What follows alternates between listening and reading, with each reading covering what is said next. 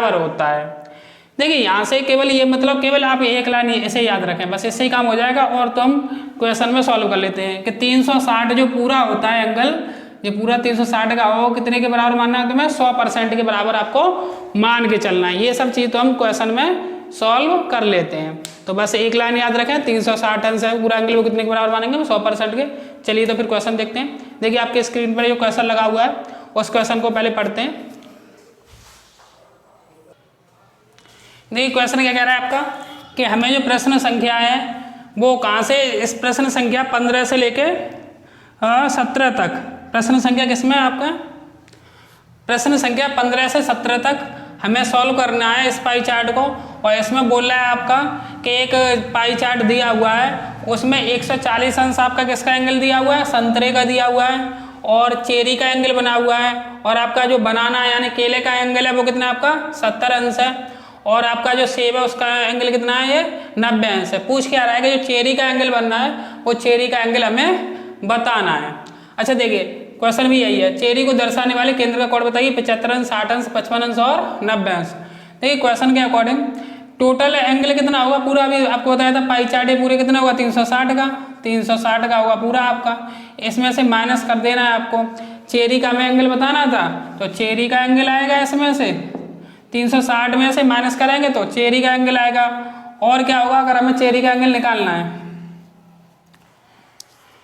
ये 60 अंश बचता है, ये किसका कोण होगा, चेरी का कोण हो जाएगा, जो कि क्वेश्चन में पूछा हुआ है। तो ऑप्शन कौन सा सही हो जाएगा, बी ऑप्शन सही हो जाएगा। चलिए तो देखते हैं फिर नेक्स्ट क्वेश्चन जो इसमें दिया हुआ है।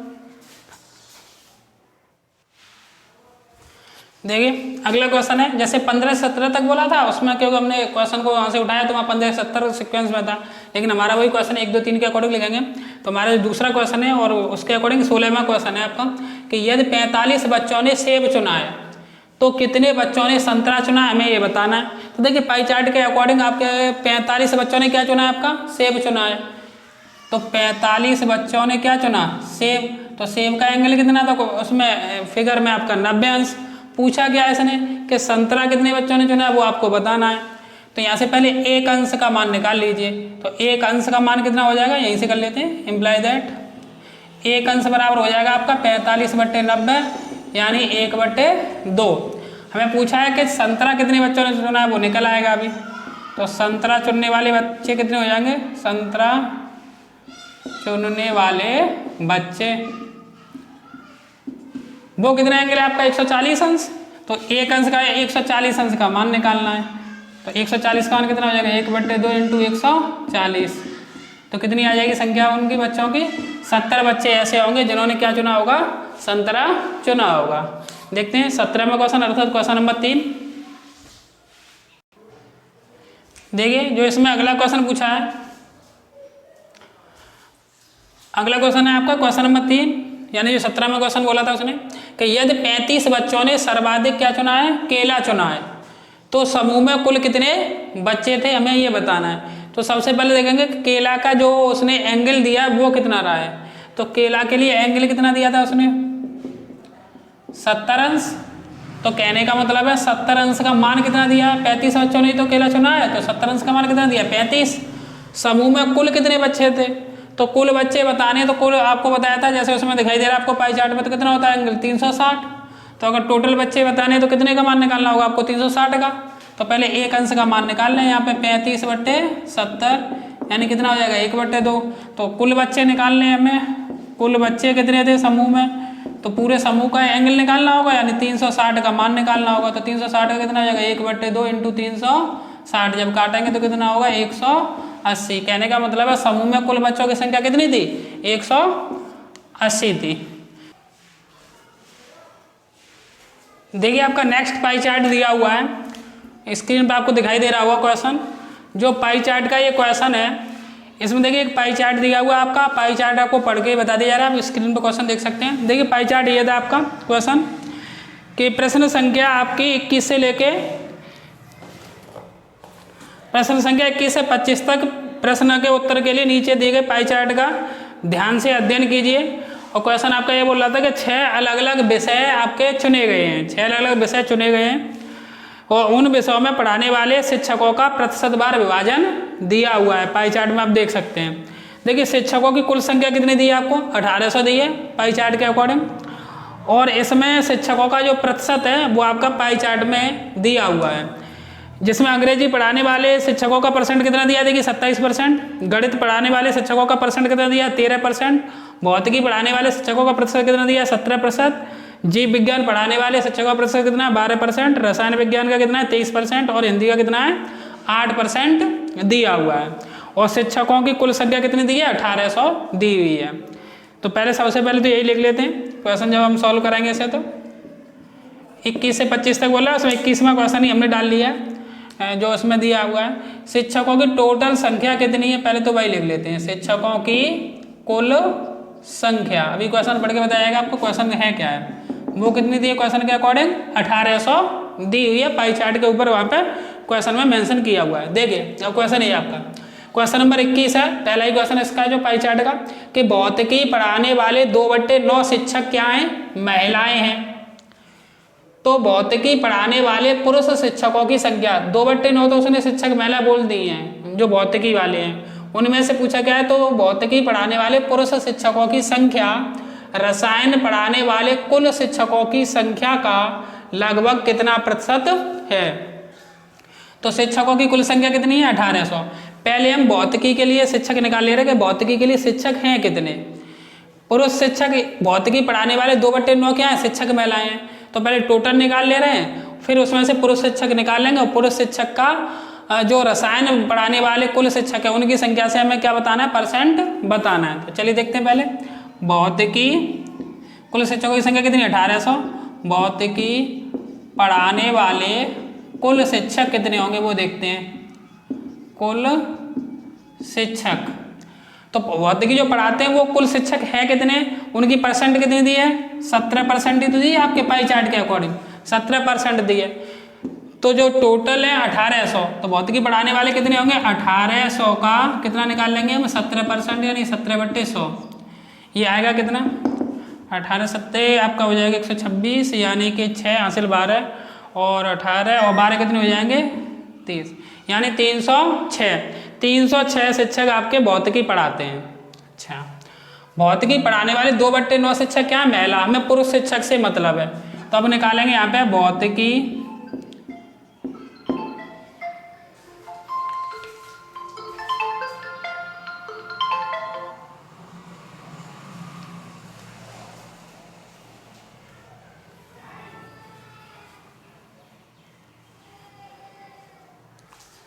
देखिए, अब निकालेंगे यहाँ से भौतिकी पढ़ाने वाले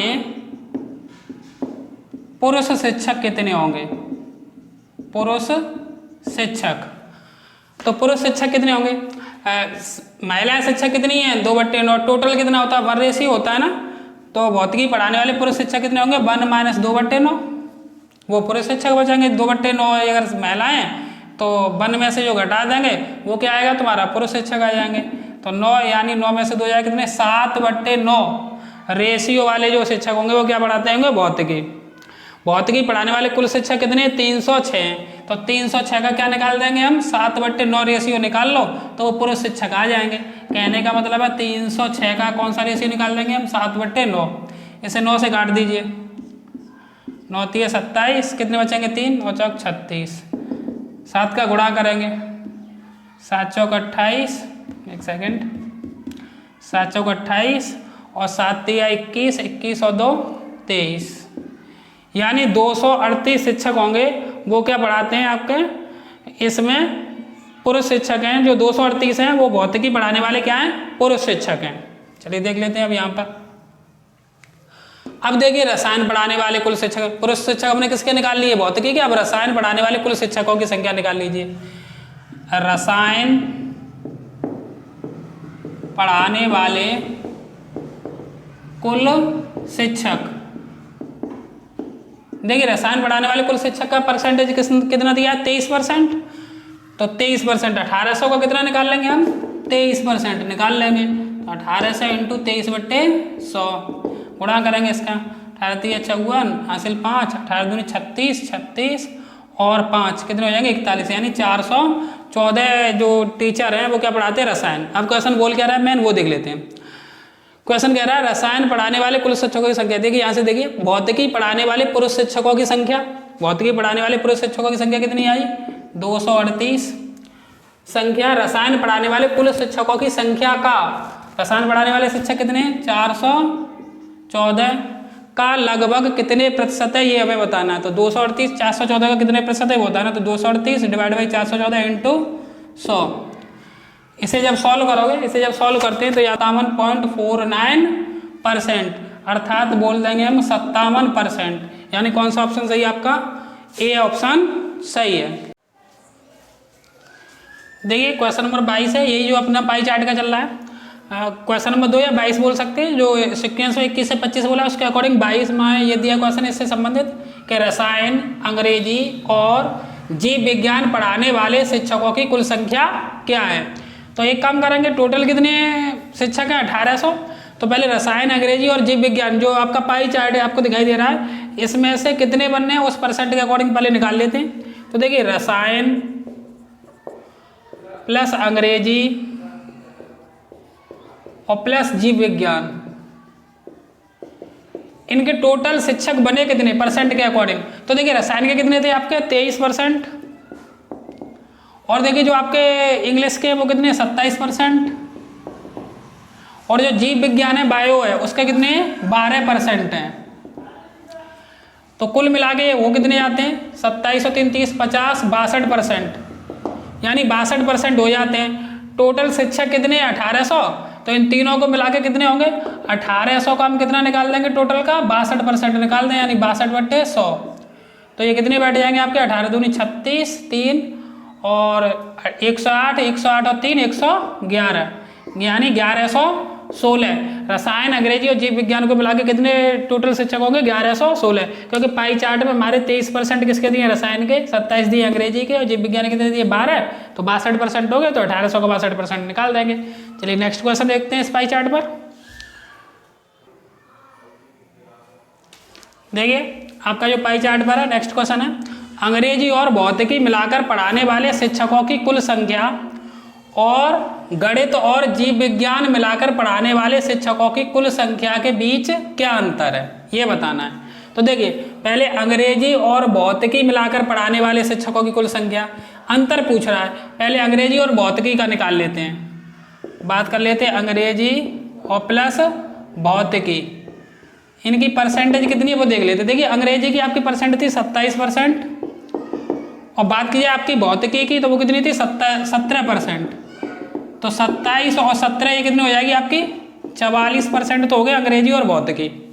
अच्छा, पढ़ाने वाले शिक्षकों की कुल संख्या और गणित और जीव विज्ञान, गणित के कितने देखिए पाई चार्ट में 13% है, गणित प्लस जीव विज्ञान। तो पाई चार्ट में देखिए गणित के लिए कितना दिया पाई चार्ट आपका 13% है, प्लस जीव विज्ञान के लिए देखिए पाई चार्ट कितना दिया आपका 12% दिया हुआ है।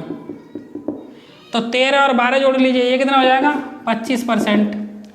बोल क्या रहा है कि अंग्रेजी और भौतिकी ये और गणित और जीव विज्ञान ये वाले, इनके पढ़ाने वाले शिक्षकों की कुल संख्या के बीच अंतर कितना है। तो पहले परसेंट में अंतर देख लीजिए।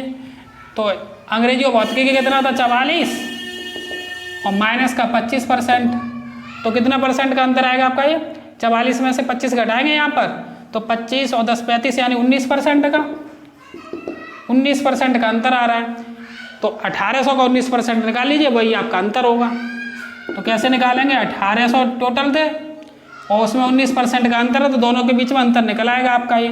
तो 1800 का कितना निकाल लेंगे हम 19%, तो 2 0 से 2 0 कैंसिल, इसका गुणा करेंगे तो 18 19 का गुणा कितना आएगा आपका 342 आएगा।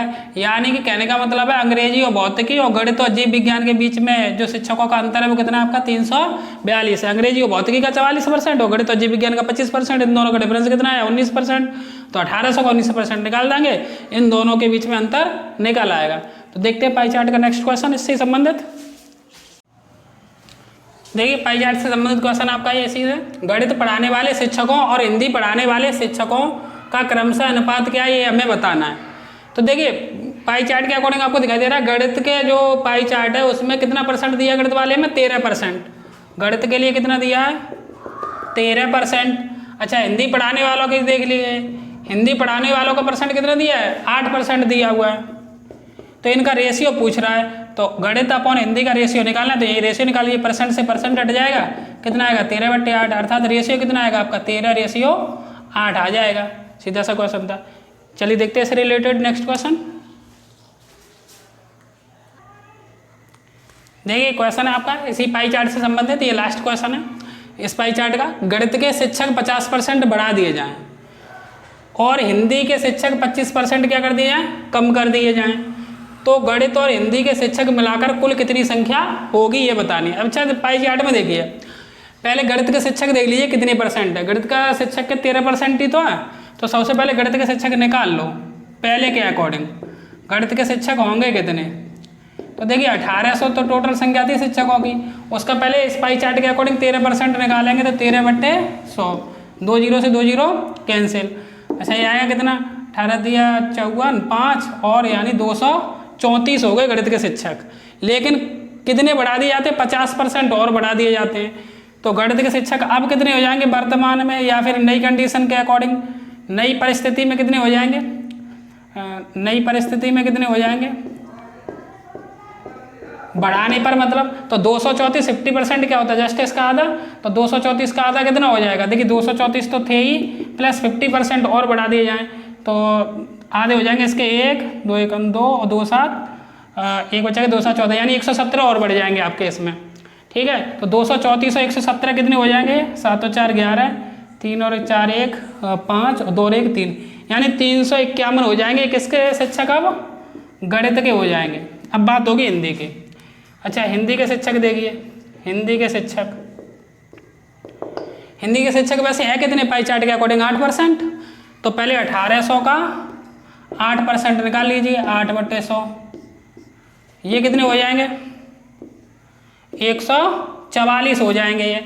अब क्या कर रहा है नई परिस्थिति में, नई कंडीशन में क्या बोल दिया उसने, नई परिस्थिति में बोल रहा है कि 25% कम कर दिए हैं। 25% का मतलब क्या होता है 1/4, 25/100 यानी 1/4, तो कितने कम हो जाएंगे इसमें से 144 का 1/4 निकालिए यानी 144 का 1/4 निकाल लीजिए, तो ये कितना 4 3 12 2 और 4 6 24 यानी 36 इसमें से कम कर दीजिए। नई परिस्थिति में 144 और माइनस के कितने रह जाएंगे 36, यानी कितने रह जाते हैं 108 रह जाते हैं, ये किसके हिंदी के रह जाते हैं। देखिए कुल हिंदी प्लस गणित के शिक्षक मिलाकर कितने हो जाएंगे अब नई परिस्थिति के अकॉर्डिंग जो उसमें चेंजिंग की गई है, 351 गणित के प्लस 108 हिंदी के, तो कितने बनेंगे आपके 5 यानी 459। अब 459 शिक्षक